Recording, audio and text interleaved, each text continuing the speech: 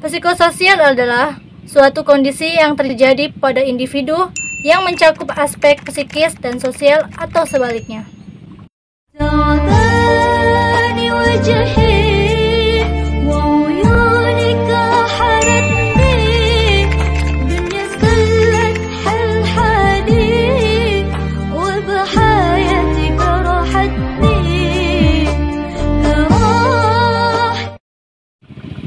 Bismillahirrahmanirrahim. Assalamualaikum warahmatullahi wabarakatuh. Welcome back to channel DR Kusi MPD TV.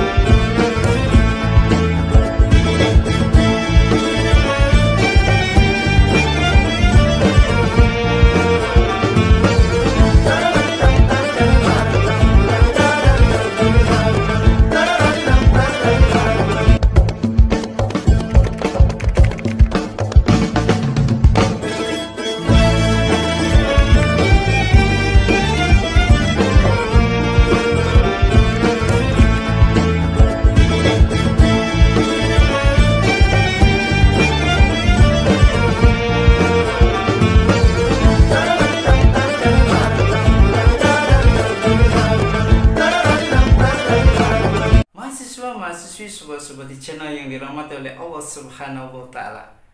Mohon maaf bila 1 bulan ini tidak upload di channel YouTube.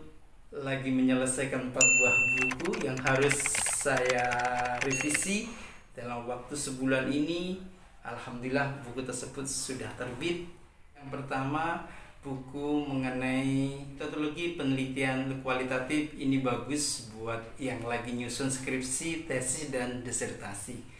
Yang kedua, buku tentang statistik. Ini bagus untuk penelitian yang jenisnya kuantitatif.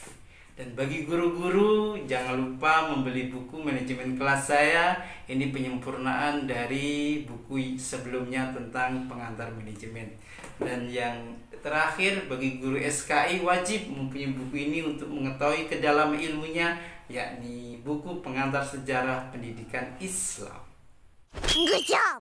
Di perkuliahan hari ini saya akan menampilkan presentasi tugas kuliah dari mahasiswa-mahasiswi yang setelah dinilai mempunyai ranking yang teratas dengan penilaian 1, bebas dari copyright. Yang kedua, suaranya jernih. Yang ketiga, durasinya 5-10 menit. Yang keempat, mempunyai kreasi di dalam menyampaikan presentasi tugas kuliahnya. Siapakah dia yang tampil di urutan yang pertama ini? Yuk kita lihat. Alhamdulillahirrabbilalamin. Wassalatu wassalamu ala asrofil anbiya'i wal mursalin wa ala alihi washabihi rasulillahi ajmain. Amma ba'du.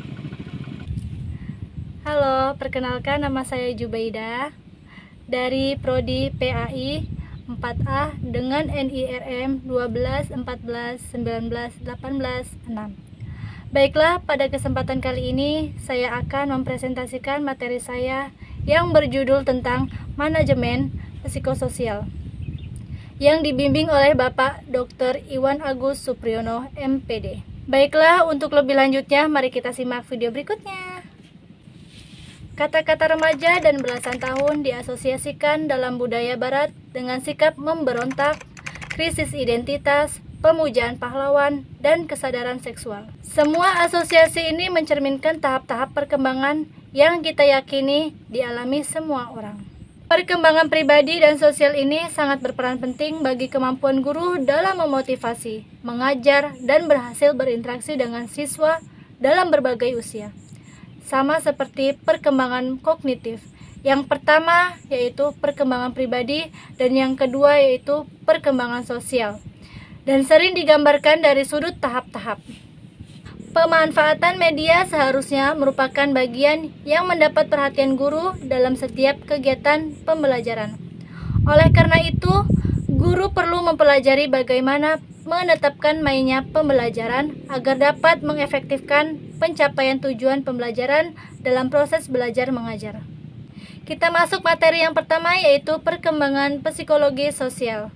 Perkembangan juga dapat diartikan menunjukkan pada suatu proses ke arah yang lebih sempurna dan tidak begitu saja dapat diulang kembali. Perkembangan menunjuk pada perubahan yang bersifat tetap dan tidak dapat diputar kembali. Psikososial adalah suatu kondisi yang terjadi pada individu yang mencakup aspek psikis dan sosial atau sebaliknya. Dalam teori perkembangan psikologis Erikson terdapat 7 tahapan, yakni yang pertama tahapan tingkat oral, yang kedua tahapan tingkat anal muskural, yang ketiga tahapan genital lokomotor, yang keempat tingkat latensi, yang kelima tahapan tingkat remaja, keenam tahapan tingkat dewasa muda, dan yang ketujuh tahapan dewasa madya. Lalu kita masuk materi yang kedua, yaitu perkembangan sosial. Pengertian perkembangan sosial adalah sebuah proses interaksi yang dibangun oleh seseorang dengan orang lain. Perkembangan sosial ini berupa jaringan interaksi anak dengan orang lain, dan ada juga orang tua, saudara, teman bermain, hingga masyarakat secara luas. Dan ada juga mengenai perkembangan emosional, adalah luapan perasaan ketika anak berinteraksi dengan orang lain. Dengan demikian dapat dipahami bahwa perkembangan sosial emosional tidak dapat dipisahkan.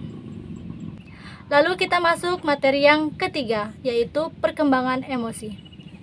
Pengertian emosi adalah warna efektif yang kuat dan ditandai oleh perubahan-perubahan fisik. Pada suatu saat terjadi emosi, seringkali terjadi perubahan-perubahan pada fisik. Di antaranya yaitu berupa peredaran darah akan bertambah cepat bila marah, pupil mata membesar bila marah, bulu roma berdiri bila takut, dan lain sebagainya. Kita lanjut materi yang keempat, hubungan lingkungan psikososial. Di dalam materi ini terbagi menjadi 3. Yang pertama yaitu perkembangan murid, yang kedua pengelolaan kelas, yang ketiga upaya guru dalam manajemen lingkungan bersikap sosial murid. Baiklah, itu tadi materi dari saya, semoga bermanfaat. Next time kita bertemu kembali ya. Wassalamualaikum warahmatullahi wabarakatuh.